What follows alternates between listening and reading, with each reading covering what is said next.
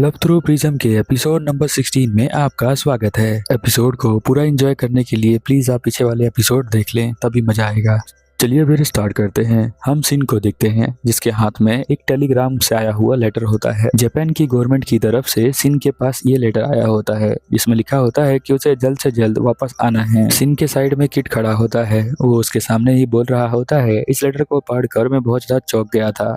तो क्या तुम मुझे बता सकते हो क्या सच में वॉर होने वाली है? किट, तुम चुप क्यों हो? क्या मुझे बता नहीं सकते कि कुछ हुआ है? तो प्लीज मुझे बता दो। क्या तुमने इसके बारे में कहीं सुना है कि लड़ाई होने वाली है दो देशों के बीच? किट उसे देखता है और कहता है, जो तुम्हें लिखा हुआ है ना वो बिल्कुल सच है और तुम्हें ध्यान रखना पड़ेगा। लिली का यहाँ पर जो सीन होता है वो गुस्से में कहता है, क्यों लिली, तुम्हारी ड्यूटी नहीं है? तुम्हें उसका ध्यान रखना चाहिए। सीन कहता है कि मैं कुछ दिनों के लिए लंदन नहीं आ सकता, मेरी मजबूरी है, मुझे जो है अपनी रिस्पॉन्सिबिलिटी को निभाना है, इसीलिए मैं ऐसा कर रहा हूँ। सीन यहाँ पर उसे देखता रहता है बट वो कुछ बोल नहीं पाता। हम लिली को देखते हैं जो यहाँ पर घूम रही होती है, ढूंढ रही होती है भागते हुए। बस एक बार वो किट से मिलना चाहती है ताकि वो उसे देख सके, उससे बातें कर सके। बट किट अपनी गाड़ी में बैठकर यहाँ से निकल जा रहा होता है। किट की आंखों में बहुत ही कम रिएक्शन देखने को मिलता है।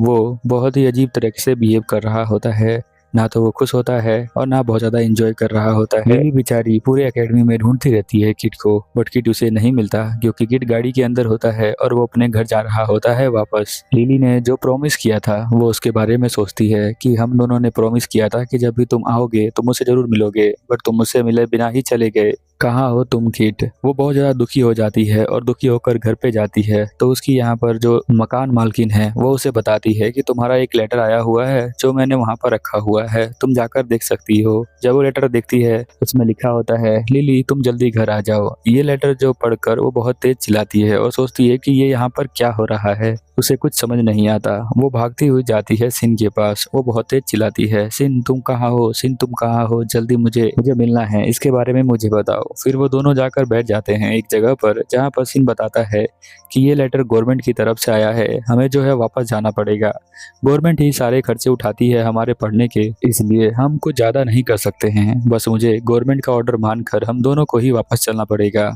ये सब वॉर की वजह से हुआ है। कुछ दिनों बाद यहाँ बहुत ज्यादा लड़ाई होगी, इसीलिए हमें अपने अपने घर चले जाना चाहिए। वो दोनों उदास होते हैं, दोनों घर नहीं जाना चाहते। लिली बहुत ज्यादा सैड हो जाती है क्योंकि पहले तो किट उसे मिला नहीं, उससे बात नहीं की, और अब ये लेटर, अब उसे वापस जाना पड़ेगा जापान। वहां से वो भागकर यहाँ सीखने के लिए आई थी, अब बिना सीखे ही उसे वापस जाना पड़ेगा। तो आपने देखा होगा फर्स्ट एपिसोड में किस तरह से वो अपने मॉम से फाइट कर रही थी यहाँ आने के लिए। जब वो सब कुछ अच्छा कर रही थी, सब कुछ अच्छे से पेंटिंग कर रही थी, अपने आर्ट को और ज्यादा एक्सप्लोर कर रही थी, तब ये हादसा हो गया। सुबह उठती है तो देखती है कि बारिश हो रही है, मौसम जो है बहुत ही अजीब सा होता है। स्कूल जाती है, प्रोफेसर बताते हैं सभी स्टूडेंट को कि देखो अभी जो है वॉर स्टार्ट होने वाली है तो हमारी क्लास कुछ दिनों के लिए बंद रहेगी, तो मेरा रिक्वेस्ट है कि सभी स्टूडेंट अपने अपने घर चले जाएं।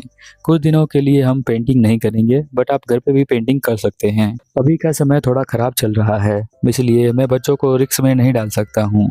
हो सकता है कि आज की ये क्लास हमारी आखिरी क्लास हो। आप सभी को मौका मिले तो पेंट करना और ना मिले तो कोई बात नहीं, अपनी जिम्मेवारियों को निभाना। पेंट कुछ दिनों बाद से स्टार्ट कर लेना। सभी लोग यहाँ पर सुन रहे होते हैं और मन ही मन बहुत ज्यादा उदास होते हैं। लगता है कि लाइफ की एक ही सहारा है, बट वो सहारा भी छीन लिया गया है उन लोगों से, ऐसा सभी को फील हो रहा होता है। टीचर यहाँ बताते हैं कि एक और न्यूज है, अब किट जो है इस स्कूल के अंदर कभी नहीं आएगा, उसने अपना नाम यहाँ से निकाल लिया है। फिर लिली यहाँ पर याद करती है उस प्रॉमिस के बारे में जो उसने उससे किया था कि कभी भी कुछ करेगा तो वो उसे बताकर जाएगा, बट किट उसे बताकर नहीं जाता है। उसके मन में अलग सी ही उदासी सी छा जाती है। पता नहीं आप उसके पेन को फील कर पा रहे हो कि नहीं कर पा रहे हो, बट उसे बहुत ज्यादा पेन हो रहा होता है। टीचर कहते हैं आज की क्लास यहीं पर खत्म होती है और वो लिली को बोलते हैं कि तुम मेरे साथ मेरे ऑफिस में चलो, मुझे तुमसे कुछ बात करनी है। लिली कहती है ठीक है सर, और वो उसके ऑफिस में चली जाती है। लिली जब वो उसके ऑफिस में जाती है तो प्रोफेसर एक पेंटिंग के सामने बैठे होते हैं। वो पेंटिंग कोई और नहीं, किट ने ही बनाई होती है, अपने घर की ही उसकी पेंटिंग होती है। प्रोफेसर बताते हैं कि ये पेंटिंग किट ने 18 साल की उम्र में बनाया था, देखो कितनी अच्छी पेंटिंग है। वो कहती है कि हाँ अच्छी तो बहुत है। टीचर कहते हैं कि तुम्हारे पास एक लेटर आया होगा तुम्हारी गवर्नमेंट की तरफ से, वैसे ही तुम दोनों के लिए हमारे पास लेटर आया था। सिन और यहाँ पर लिली की बात कर रहे हैं। वो कहते हैं कि कॉलेज ने तुम दोनों की टिकट बनवा दी है, अब तुम्हारी जो है शाम को बोट होगी, शाम की टिकट है, तुम पानी वाले जहाज पे बैठकर अपने घर वापस चली जाना और टिकट लेने के लिए जब तुम्हारे पास टाइम हो तब आ जाना। वो फोटो को देखकर सिर्फ किट के बारे में ही सोच पा रही होती है, तो वो पूछती है, प्रोफेसर क्या आप मिले थे किट से? क्या जब आप उससे मिले थे तो क्या वो मेरे बारे में कुछ बोल रहा था?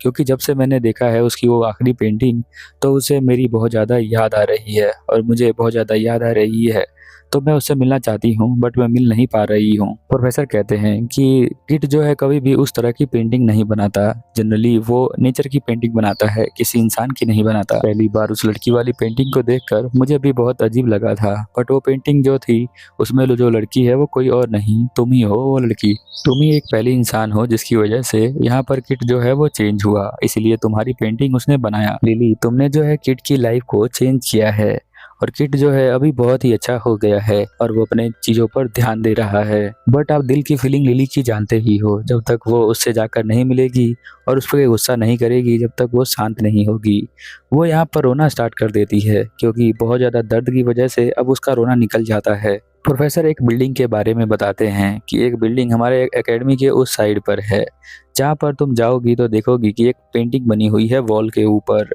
और वहाँ पर एक लेडी है। वो लेडी जो है किमोनो पहनकर वहाँ पर खड़ी है। जब युद्ध खत्म हुआ था तो वो लेडी वहीं पर खड़ी थी। जब शांति का एग्रीमेंट दो देशों के बीच में हो रहा था तब वो लेडी वहीं पर खड़ी थी, उसने किमोनो पहना था।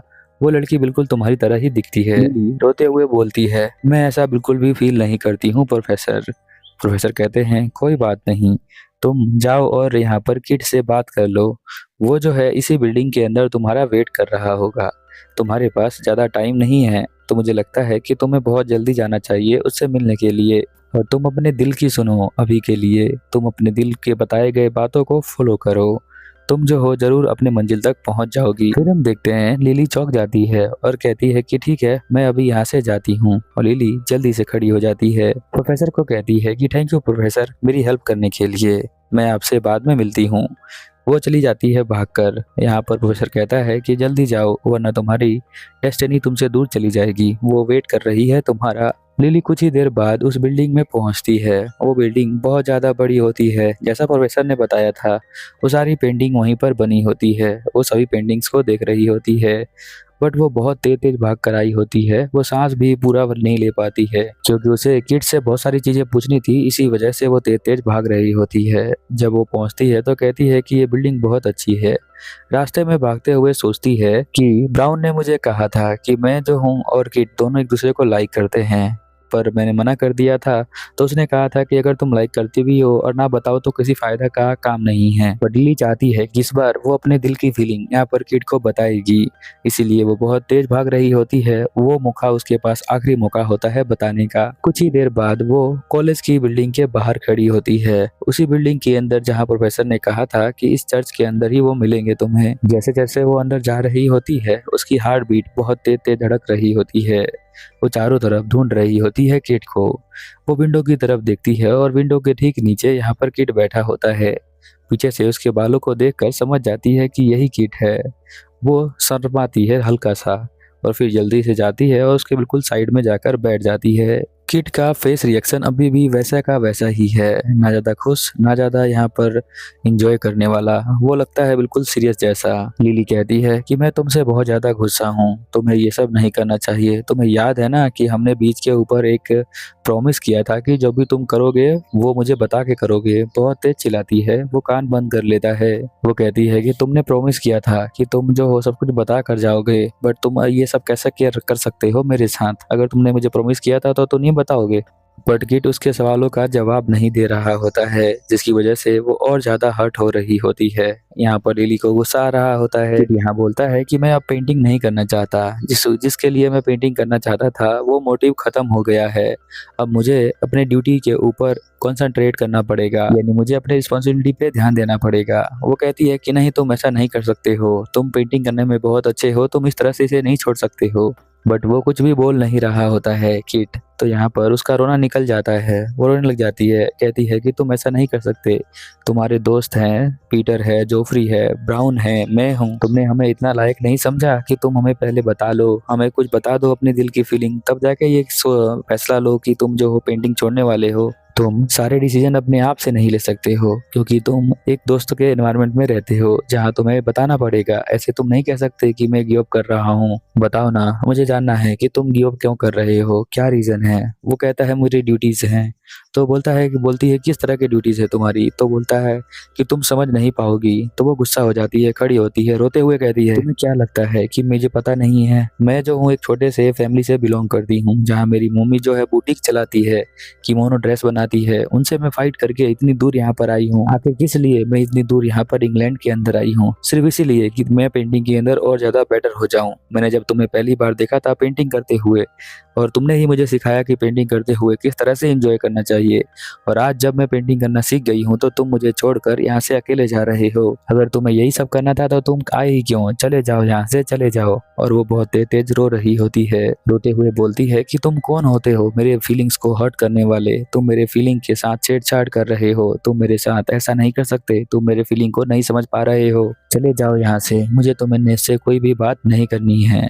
जैसे ही वो कहती है, किट यहाँ पर उसके साइड से निकल जाता है और उससे बिना बोले यहाँ से जा रहा होता है।